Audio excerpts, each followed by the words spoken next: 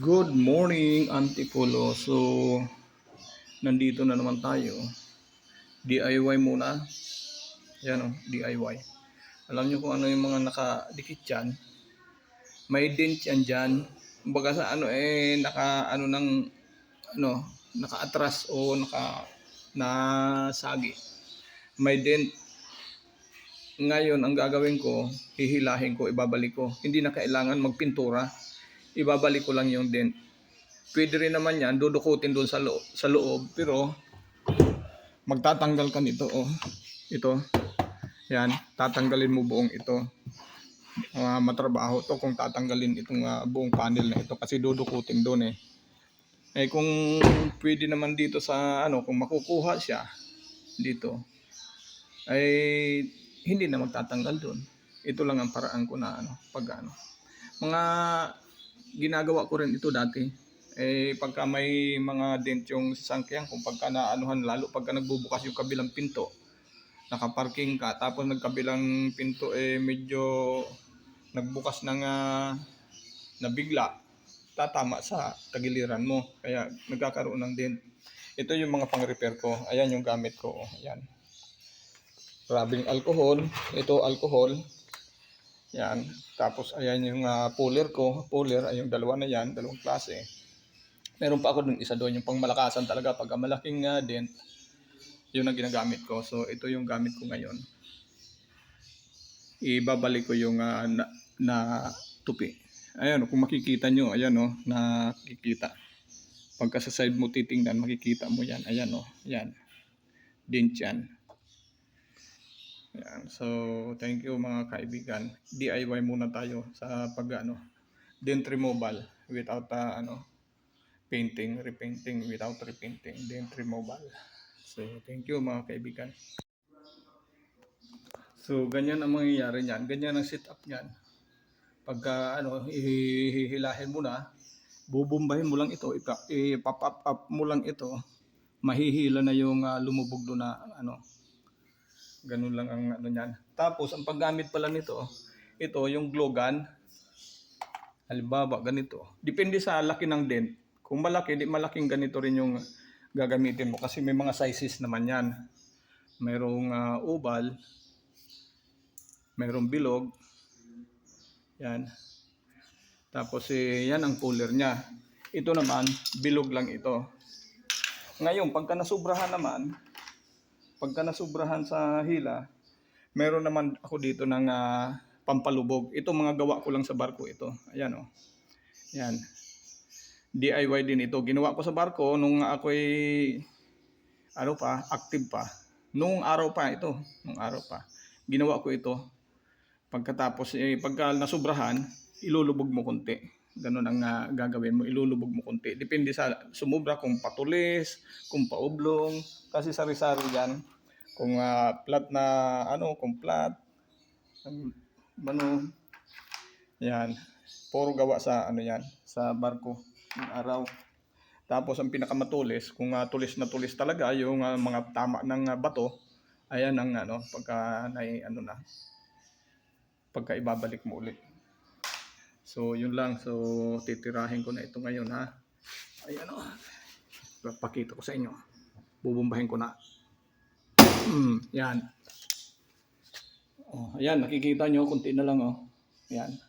Hindi lang naman isang piraso lang. Ayan yung may dent. Yan. Kunti na lang. Bumalik na. Mga dalawang beses. Pero kung tatanggalin mo yung doon sa pintuan, insulation, hahagurin mo lang yan, babalik yan. Kasi alam mo naman yung mga sasakyan ngayon, lata lang naman yan eh. So ganun lang mga kabayan. Thank you very much for watching. Kung mapapansin nyo, ayan yung dent niya, lumiit na. Kunti na lang. Ayan, bali dalawa na lang ang nakikita. Yung dito banda, wala na, bumalik na. So yun na lang ang problema natin. Yung problema ko ngayon, yung dalawa na yan. Ayan, masisilip mo yan pagka naka-side view ka, masisilip mo kung nasaan yung dent. Kaya doon mo itatapat yung pandikit mo para sila ang mahihila, hindi maapektuhan yung iba. So, ganun lang mga kabayan. Thank you very much. DIY dent remover yan. Ang gamit ko nito sa ano, itong gamit ko.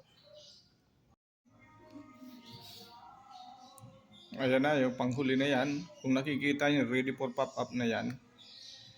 Tama na yan. At hindi na rin halata eh. Parang walang nangyari eh. Ganun na lang. So, thank you sa panonood mga kabayan. Ayan o, tingnan nyo ha. Papakita ko sa inyo. Itong pang finishing ko na eh. Kung makikita nyo, umaangat itong ano habang tinitisahan ko ito, para habang hinihigpitan ko ito, umaangat itong dingding ng sasakyan. Ayan, tingnan nyo ha.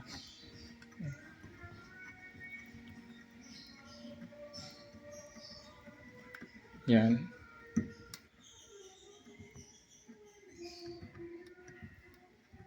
Umaangat yan. Hanggang sa matanggal yan. Pagka natanggal yan, ibig sabihin, naihila mo na yung ano, yung dingding ng sasakyan. Yung dent. Yan.